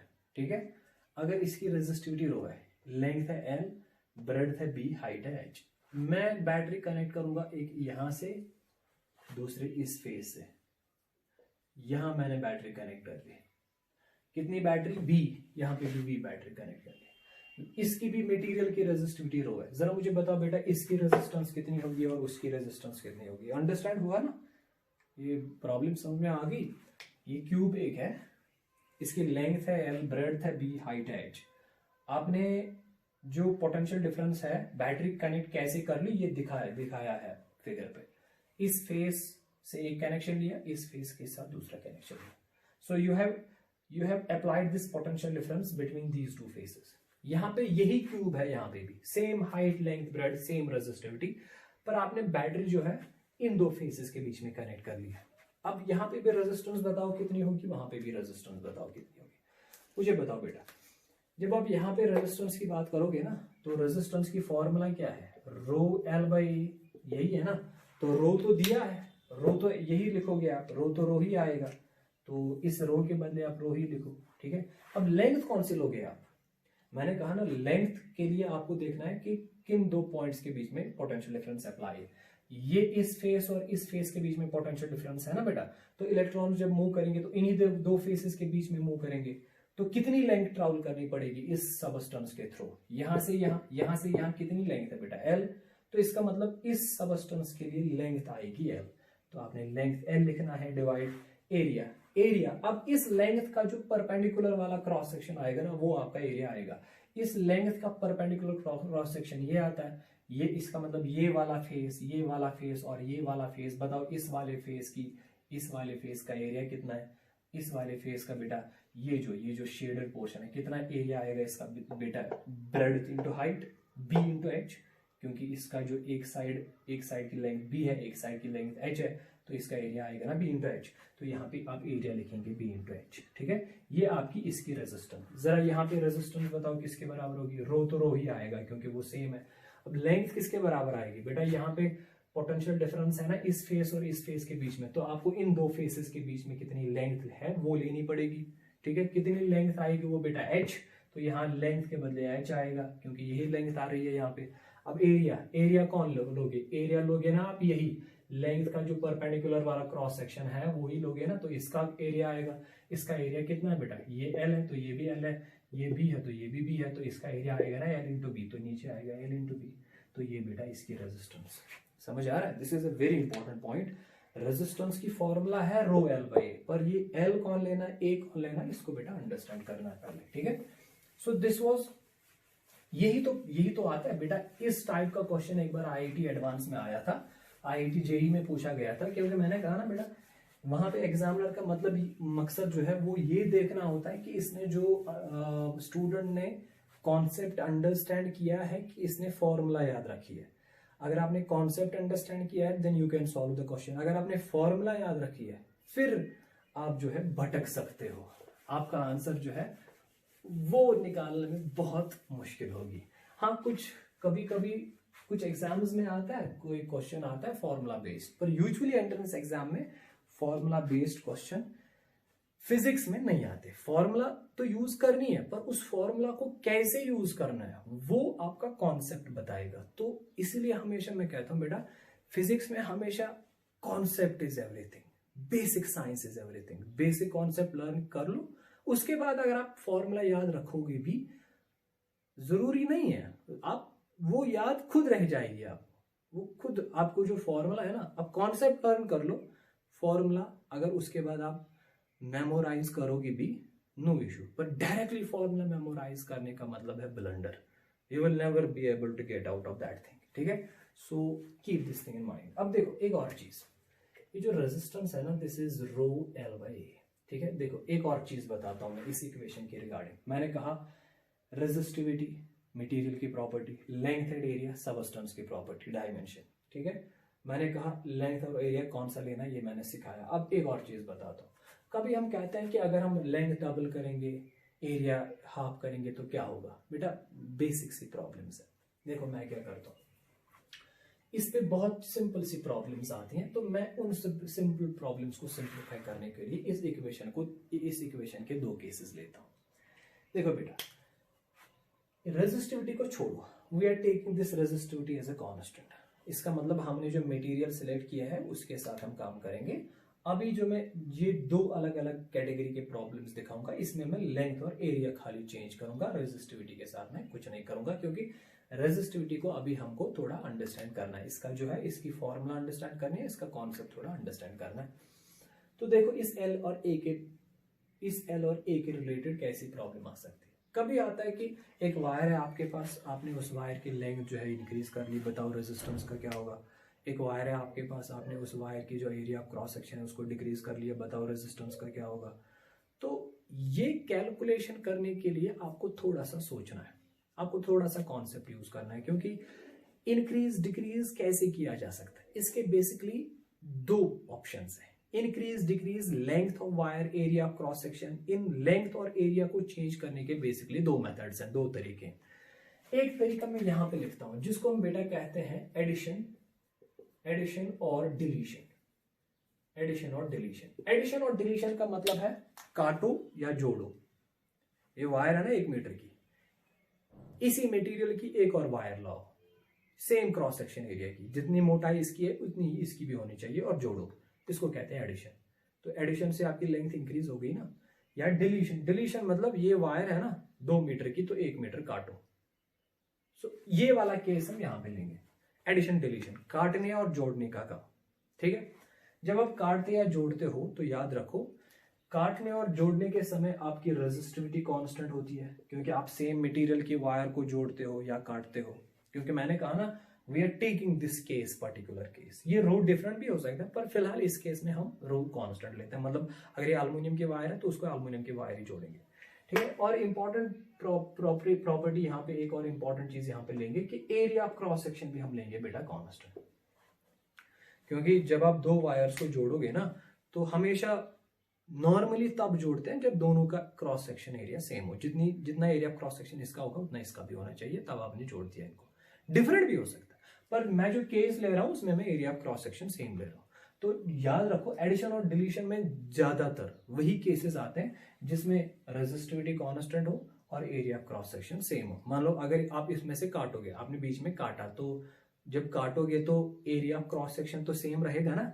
ऐसे काटोगे तो इसका काटने से क्या इसका area of cross section change होगा? नहीं। इसलिए मैंने कहा area of cross section is treated as a constant. इसी तरह अगर आप जोड़ोगे तो जब जोड़ते हो ना तो सेम क्रॉस सेक्शन वाले वायर्स को जोड़ते हो, ठीक है। अब बेटा जब रेजिस्टिविटी और एरिया कांस्टेंट है तब जब मुझे बताओ फॉर्मूला क्या आएगी। अगर इस फॉर्मूला में रो भी कांस्टेंट है, ए भी कांस्टेंट है, तो आप कह सकते हो ना that this length is directly proportional to L. मैंने कहा ना तब तक नहीं कह सकते जब तक कि बाकी पैरामीटर्स कांस्टेंट है। इसीलिए मैंने अब पहले यहाँ पे आपको बताया बेटा जब रेजिस्टिविटी कांस्टेंट है या काटने या ऐड करने से एरिया चेंज नहीं होता तो एरिया भी कांस्टेंट, तो आप कह सकते हो that resistance is directly proportional to L. इसका क्या मतलब? इसका मतलब अगर आप लेंथ करोगे डबल तो रेजिस्टेंस भी डबल होगी, सिंपल सी बात है। अगर आप लेंथ करोगे 4 टाइम्स तो रेजिस्टेंस भी आपकी 4 टाइम्स होगी। अगर आप लेंथ करोगे हाफ तो रेजिस्टेंस भी आपकी हाफ होगी, रेजिस्टेंस भी हाफ होगी। अगर आप जो लेंथ को करोगे वही रेजिस्टेंस को करोगे, वही रेजिस्टेंस को होगा। Length triple, resistance triple. Length is divided by 3, resistance will be divided by 3। अगर पहले इस वायर की रेजिस्टेंस 1 मीटर थी, आपने एक मीटर की वायर जो है इसकी रेजिस्टेंस जो है वो 5 ओम की थी। अब अगर आपने इस वायर की लेंथ डबल कर दी, मतलब 1 मीटर से 2 मीटर कर दी, तो इसकी रेजिस्टेंस भी डबल होगी, 5 ओम से 10 ओम हो जाएगी, ठीक है बेटा।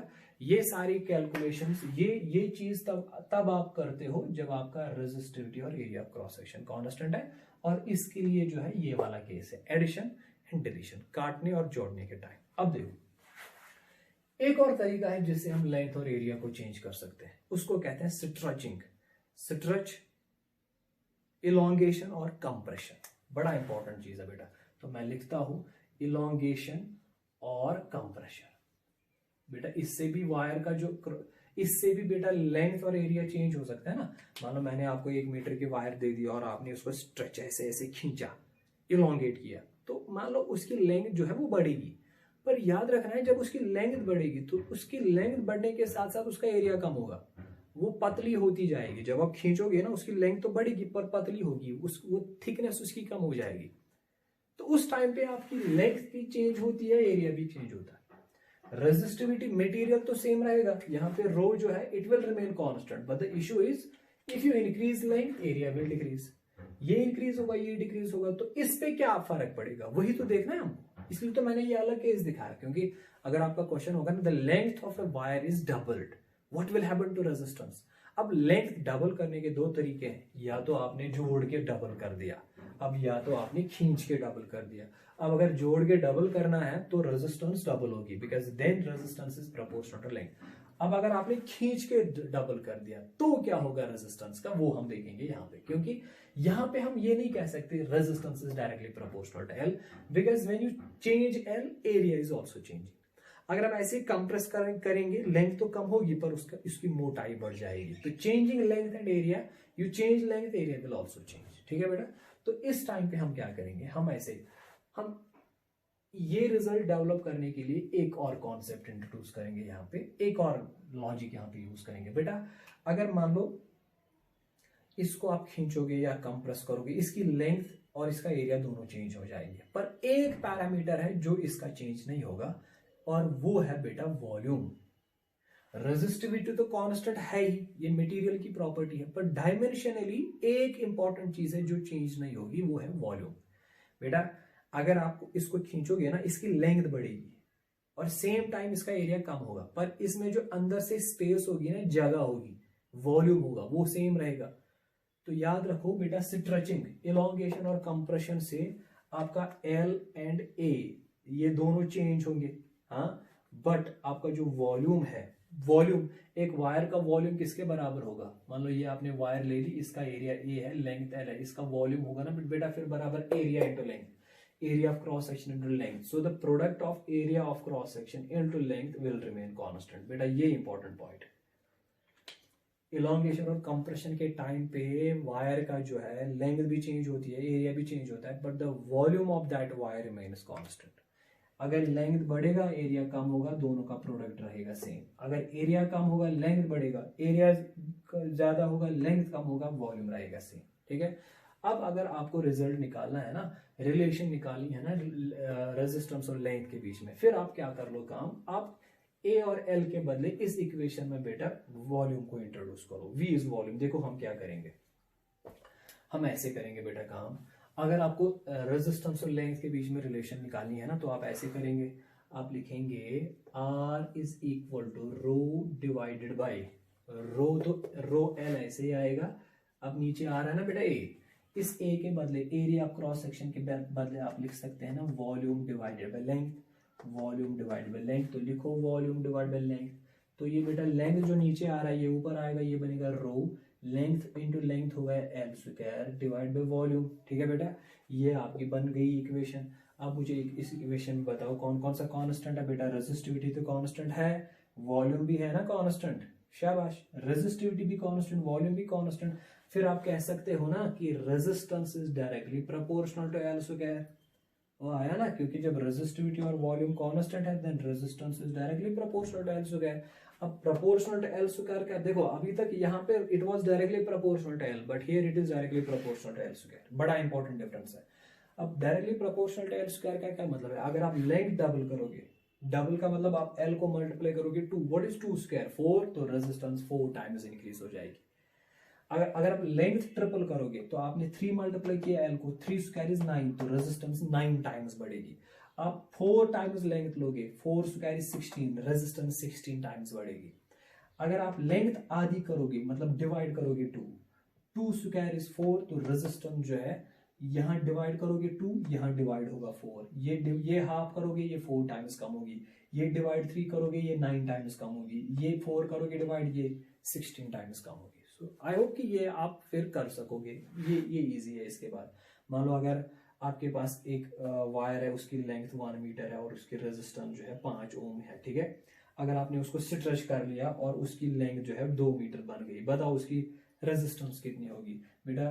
लेंथ उसकी हुई ना 1 मीटर से 2 मीटर, मतलब डबल, मतलब length become twice, 2 square is 4, resistance will become 4 times, 4 times मतलब 4 into 5, तो उसकी रेजिस्टेंस 20 ओम बनेगी। समझ आ रहा है? सो दिस इज वेरी इंपॉर्टेंट, ये चीजें याद रखो बेटा। इसी तरह अगर आपने रेजिस्टेंस और लेंथ के बीच में रिलेशन डेवलप किया, अब अगर आपको रेजिस्टेंस और एरिया के बीच में रिलेशन डेवलप करनी है तो क्या करोगे बेटा, आप लिखोगे रेजिस्टेंस इज इक्वल टू रो, ये एरिया ऐसे ही लिखोगे बेटा।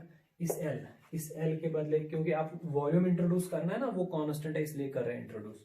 लेंथ के बदले क्या लिखेंगे बेटा, वॉल्यूम बाय एरिया, तो यहाँ आएगा वॉल्यूम डिवाइडेड बाय एरिया। ठीक है बेटा, देखो रो बाय ए ऐसे ही इस एल के बदले हमने लिखा वॉल्यूम बाय एरिया। तो क्या इक्वेशन बनेगी बेटा, rho V divided by A square. So resistance is inversely proportional to A square. अब अगर आपका जो है वायर ऐसे होगी, मतलब उसका जो क्रॉस सेक्शन है वो सर्कुलर होगा। अगर ये circular area of cross section है, circular area of cross section कितना एरिया होता है बेटा, पाई आर स्क्वायर आएगा ना, तो इस एरिया के बदले पाई आर स्क्वायर आएगा। तो रेजिस्टेंस किसके बराबर, रो वॉल्यूम डिवाइडेड बाय नीचे आएगा पाई आर स्क्वायर का होल स्क्वायर। ठीक है, देखो ये बनेगा बेटा आर इक्वल टू पाई, ऊपर रो वॉल्यूम डिवाइड नीचे क्या आएगा पाई स्क्वायर R4। इसका मतलब रेजिस्टेंस इज प्रोपोर्शनल टू, देखो resistivity constant, volume constant, pi constant, बचाना रेडियस। सो इस इक्वेशन का मतलब है resistance is inversely proportional to R raise power 4। This is very important. What is this R, this is radius. तो अगर आप radius increase करोगे रेजिस्टेंस डबल होगी। यही इक्वेशन आप अगर यहाँ पे देखते हैं ना बेटा, बेसिक इक्वेशन में असली में resistance is inversely proportional to A, मतलब ये वाले केस में अगर आप एरिया कम करोगे, पर कैसे एरिया कम करना, एडिशन डिलीशन कैसे एरिया का होगा, ये वायर है ना इसको ऐसे काटोगे तो एरिया कम होगा ना, ये वायर है ना तो इसको एक और वायर ऐसे जोड़ोगे तो एरिया बढ़ेगा ना। तो this is because of addition deletion. पर एरिया चेंज अगर करना होगा ना एलोंगेशन कंप्रेशन, तो खींचना या कंप्रेस करना है। जब एडिशन डिलीशन से आप एरिया चेंज करते हो तब आपका रेजिस्टेंस जो है that is inversely proportional to area. पर जब आप इलॉन्गेशन कंप्रेशन से एरिया चेंज करते हो तब आपका जो रेजिस्टेंस है it is inversely proportional to area square, फिर आपका resistance inversely proportional to A square आ जाता है। यहाँ पे रेजिस्टेंस इनवर्सली प्रोपोर्शनल टू, क्योंकि एरिया में आर स्क्वायर आता है रेडियस स्क्वायर, यहाँ पे आएगा इनवर्सली प्रोपोर्शनल टू रेडियस 4। इसका मतलब अगर आप एडिशन डिलीशन से एरिया चेंज करोगे ना, आपकी अगर रेडियस डबल होगी, डबल 2 मल्टीप्लाई होगा, जो यहाँ पे मल्टीप्लाई होगा उसका स्क्वायर यहाँ पे डिवाइड होगा। ये रेडियस अगर डबल होगी ये इंक्रीज होगी तो ये डिक्रीज होगा, ये अगर डबल होगा बेटा ये 4 टाइम्स डिक्रीज होगा, ये अगर 3 टाइम्स इंक्रीज होगा ये 9 टाइम्स डिक्रीज होगा। अगर यहाँ पे देखोगे आप, यहाँ पे रिलेशन है inversely to r raise power 4, ये अगर डबल होगा what is 2 raise power 4, 2 into 2 into 2 into 2, 2 to the 4 to the 8 to the 16, 2 to the 4, 4 to the 8, 8 to the 16। तो इसका मतलब अगर रेडियस डबल करेंगे तो रेजिस्टेंस 16 टाइम्स होगी डिक्रीज। रेडियस आप ट्रिपल करेंगे तो रेडियस कितने टाइम्स, 3 रेज पावर 4 टाइम्स होगी डिक्रीज। समझ आ रहा है? हाँ बेटा, आई होप कि ये जो मैं यहाँ पे करा रहा हूँ आपको ये अब समझ में आ गया होगा। बेसिकली हम रेजिस्टेंस की बात कर रहे थे, तो मैंने रेजिस्टेंस में आपको सिखा दिया कि ये एडिशन डिलीशन, ये लेंथ इंक्रीज करना क्या होता है और एरिया इंक्रीज या डिक्रीज करना क्या होता है। इसके लिए आप ख्याल रखेंगे, वो देखना है पहले कि आप इंक्रीज डिक्रीज कैसे करते हैं। अगर आप इंक्रीज डिक्रीज एडिशन डिलीशन से करते हैं then resistance is directly proportional to length, inversely proportional to area. पर अगर आप इंक्रीज डिक्रीज इलॉन्गेशन कंप्रेशन से करते हैं तब जाके आप याद रखेंगे that this resistance is directly proportional to L square and it is inversely proportional to A square. ठीक है, तो बड़ा इंपॉर्टेंट है। अगर एडिशन डिलीशन तो resistance is directly proportional to L and resistance is inversely proportional to A, और you can say resistance is inversely proportional to R square. अब अगर इलॉन्गेशन कंप्रेशन है तो resistance is proportional to L square और resistance is inversely proportional to A square और resistance is inversely proportional to radius 4। ठीक है, तो याद रखेंगे। अब अगर आपका क्वेश्चन आता है ना the length of a conductor is doubled, तो आपको पहले देखना है कैसे डबल हुआ है। अगर ऐसे डबल हुआ है तो रेजिस्टेंस डबल होगी, अगर ऐसे डबल हुआ है तो रेजिस्टेंस जो है 4 टाइम्स इंक्रीज होगी। ठीक है बेटा, so this was all about Ohm's law and resistance. इंशाल्लाह अगले क्लास में हम डिस्कस करेंगे बेटा रेजिस्टिविटी और इस ओम्स लॉ के बारे में जो माइक्रोस्कोपिक आइडियाज हैं, माइक्रोस्कोपिक चीजें हैं, उनको हम डिराइव करेंगे, मतलब microscopic form of Ohm's law derive करेंगे और आपको बताएंगे ये जो रेजिस्टिविटी है ये बेसिकली होती क्या है। और उसके बाद उसी के साथ हम बेटा टेम्परेचर से क्या इफेक्ट होता है इस रेजिस्टेंस का वो भी डिसाइड करेंगे, वो भी डिस्कस करेंगे। ठीक है, तो ये सारा कंप्लीट होने के बाद इसके रिगार्डिंग इसके ऊपर हम एक इम्पॉर्टेंट एक्सरसाइज करेंगे। उस एक्सरसाइज में ये सारे कॉन्सेप्ट्स रिपीट होंगे जो भी आज तक हमने पढ़ा होगा, जो भी वहाँ तक हमने पढ़ा होगा। उस एक्सरसाइज में हम सारे केसेस जो है वो एक्सप्लोर करेंगे from basic level to advance level. ठीक है, थैंक यू।